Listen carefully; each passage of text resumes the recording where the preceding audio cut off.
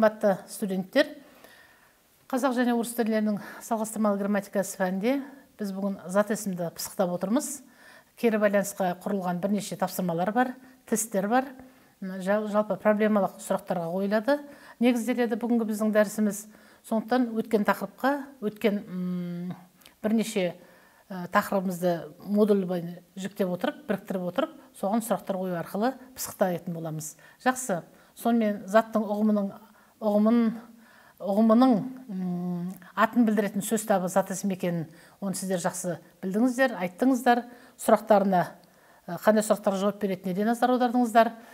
Жалпы заттың атауына, құбылыстың атауына, ұғымның атауына әрқайсысына мысал келтірдіңіздер. Мына жерде мен бірнеше тапсырма дайындадым. Қазір сіздерге сол тапсырмалар әрқайсыңызға жеке-жеке үлестіріледі. Мысалы, сұрақтарға жауап беретін сөздерді көп нүктенің орнына қойып оқыңыздар, орыс тіліне аударыңыздар деген сияқты. Зат есім тұлғасына қарай ажыратыңыздар. Бұның барлығын біз егжей-тегжей талқыладық. Тұлғасына қарай, құрамына қарай, мағынасына қарай, атауына қарай деген сияқты дүниелерді бөлшектенбейтін түбір зат есім болатын жинақпен жасалған туынды зат есімдерді, негізгі зат есімдерге егжей-тегжей тоқталдық. Осы жерде енді қажетті сөздерді беріп отырмыз да, енді осыларды сіздер негізгі зат есім және туынды зат есім етіп, екі бағынға бөліп жазасыздар, және соны негіздеп, ережеге сәйкесті анықтамасын бересіздер де, неге солай жазғандарыңызды, және оны орыс тіліне аударып, орыс тіліне сол қай зат есімнің қай түріне жататындығын анықтап бересіздер. Жақсы.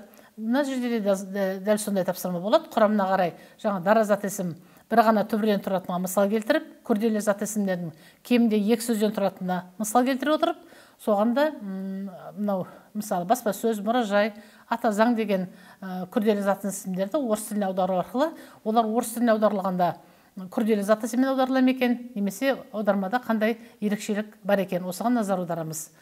Ал енді мына тапсырмаға тағы бір назар аударыңыздар. Бұл жерде артық сөзді тауып, зат есімнің қай түріне жататынын анықтаңыз деген тапсырма бар. Бұл тапсырманы минутке, 1 минут, 2 минут деп шектеп уақыт береміз де, сол уақыттың ішінде өткені мынау топтық жұмыс арқылы орындалатын жұмыс болғандықтан бір жаңа 3 студенттен топталып, осыны дереу орындап, ары қарай келесі тапсырмаға көшеміз. Бұл жерде де мағынасына қарай бөлу, мысалменен көрініп тұр мінекей. Деректі зат есім мен дерексіз зат есімдерді жылдамырақ мағынасына қарай бөліп шығыңыздар. Сонан соң деректі зат есімдерді анықтаңыздар. Бұл жерде жеті жұрттың тілін біл, жеті түрлі ілім біл, күннен де білім жарық, білім жетілдіру үшін оған кітапты көп оқу керек дегенде қай жерде деректі, қай жерде дерексіз зат есім болып тұр. Бұл сіздерге сол пысықтау үшін тапсырмалар. Енді атауына қарай өздеріңіз бөліп шығасыздар. Жалпы есім, жалқы есімдерді, зат есімдерді. Жалқы есімге жаңағы кісі аттарын, жер су аттарын, астрономиялық атауларды, аң-құстың жеке атауын, шығарма атауларын, мекеме атауларын жазып шығыңыздар. Енді мына жерде соны қажетті сөздерді беріп отырмыз, тағы да соны жалпы есім етіп бөліп шығасыздар қазақ және орыс тілдерінде. Өткен сабақта сіздермен зат есімнің жасалу тәсілдеріне естеріңізде болар. Лексикалық, синтаксистік, морфологиялық, үйге де осыған байланысты бірнеше тапсырма берілді. Осы жасалу тәсілдерінің әрқайсысына жеке дара тоқталамыз. Байырғы зат есімдердің, сондай басқа тілдерден енген зат есімдердің бастапқы семантикалық мағынасы не кеңеюі, не тартылуы, не ауысу арқылы туған жаңа зат есімдер мен өзге сөз саптарынан субстантивтену арқылы пайда болған зат есімдерді біз қандай зат есімдер тобына жатамыз? Әрине ол лексикалық зат есімдер. Ал егер кемінде екі не одан да астам түбірлердің бірігуінен, қосарлануынан, тіркесіп құралуынан, қысқарып құралу арқылы және лексикалану негізінде пайда болған күрделі зат есімдерді біз синтаксистік тәсілге жатқызамыз. Зат есімнің синтаксистік тәсіліне. Морфологиялық тәсілге зат есімнің өзінен, өзге сөз таптарынан, тиісті жинақтар арқылы туған туынды зат есімдер жататыны белгілі. Бұны біз зат есімнің морфологиялық тәсіліне жатқызамыз. Оны тағы да бір естеріңізге салып отырмын.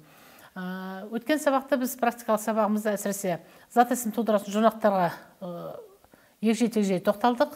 Қымбатты студенттер, оның ішінде есімдерден зат есім тудыратын жинақтар деп бөлдік және етістіктен зат есім тудыратын жинақтар. Дәп осылай етіп, біз орыс тілінде де бөліп қараған болатынбыз. Естеріңізде болса, ш-ш, лық-лық, дық-тық, ша-ше, шық-шық деген сияқты. Мен қазір жеке-жеке көптеген мысал беріліп отыр мына жерде. Ол мысалға тоқтағым келіп тұрған жоқ, бірақ осыларды ары қарай сіздер толықтырыңыздар және міндетті түрде екі тілдегі баламасымен. Ал енді етістіктен зат есім тудыратын жұрнақтарға келетін болсақ, жаңа маме, бабе, папе, жаңа кеспе, бөлме, тоқма, қы, шапқа, бұрғы, сөзгі, ашытқы деген сияқты, немесе жаңағы жеңіс, талас, айтыс дегенде ыс, іс жұрнақтар арқылы есіктен зат есім тудырып тұрмыз. Қазық, көрік, сұрақ, тілек, ық, к жұрнақтар арқылы. Сонан соң іш, ша жұрнақтар арқылы. Мысалы, қуан, несте қуан дейтін болсақ, етістіктен қуаныш деген зат есім жасап отырмыз. Өкініш, қызғаныш та осылай жүйемен жасалған зат есімдер. Ал енді уыш және үш жұрнақтары арқылы тырнауыш, елеуіш деген сөздер жасалып отыр. Осы қатарды ары қарай толықтырамыз. Бұл жерде сіздер көріп отырсыздар, тест беріп отырмыз. Осы тест арқылы зат есімнің жаңағы өткен дүниені қайталап, дұрыс жауаптарын көрсетіп, қайталап жіберуіміз керек болады. Жақсы. Зат есімнің жіктелуі. Бұл жерде жекеше және көпше жіктелуге назар аударайық.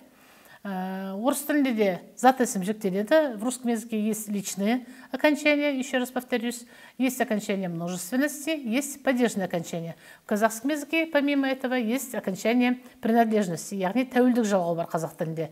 Мына жерде біз қазақ тіліндегі зат есімнің жіктелуін беріп отырмыз. Тура осы жүйеменен орыс тіліндегі зат есімнің жіктелуіне де осындай бағаменен жасап береміз. Енді көп нүктенің орнына тиісті жіктік жалғауын қойыңыз деген, мысалы, мен қазақпын, мың өліп, мың тірілген деген сияқты өлеңнің бірінші сөйлемі алып тұр үзінді ретінде. Осы жерде жіктік жалғауын қойып шығу керек болады.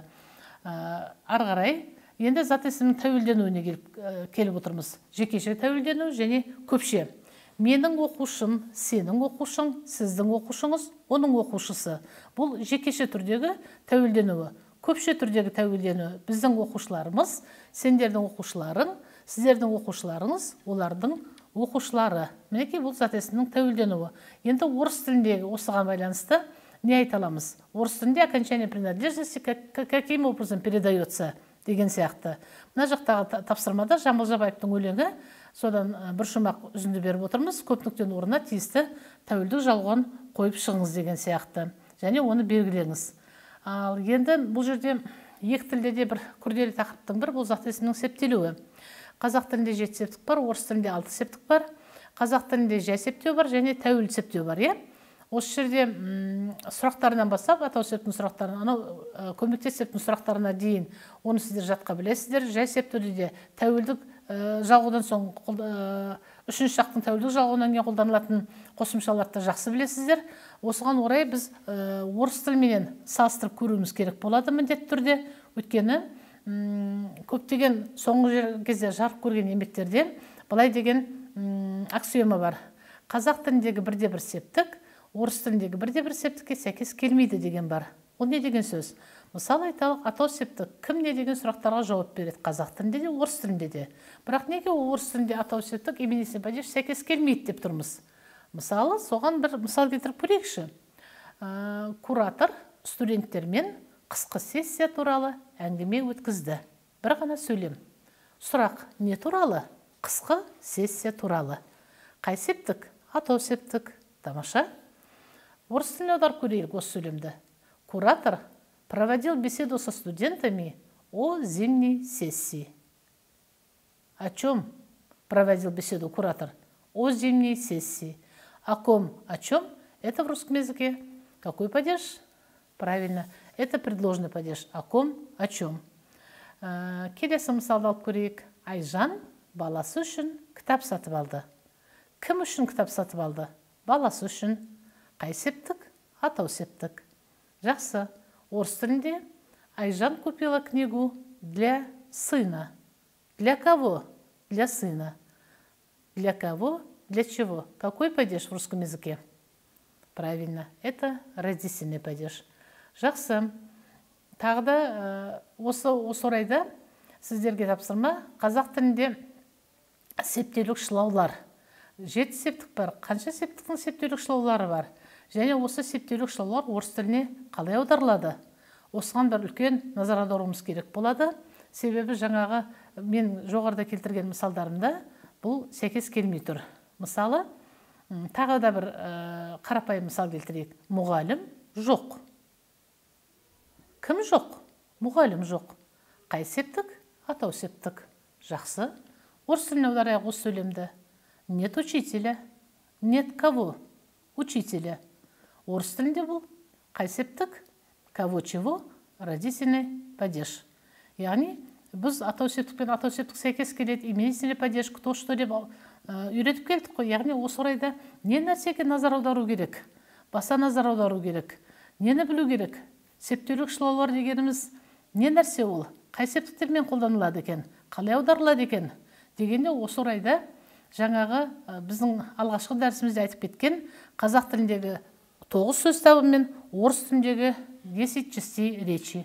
В русском языке мы сказали 10 частей речи. Ребята, мы говорили, что в связи со спецификой нашей дисциплины многие определения в русском языке буду давать на русском языке. Соответственно, о чем я хочу сказать здесь, что 10 частей речи, в данном случае я хочу сказать о предлогах. Предлоги в русском языке – это служебная часть речи. В казахском языке предлогов нет.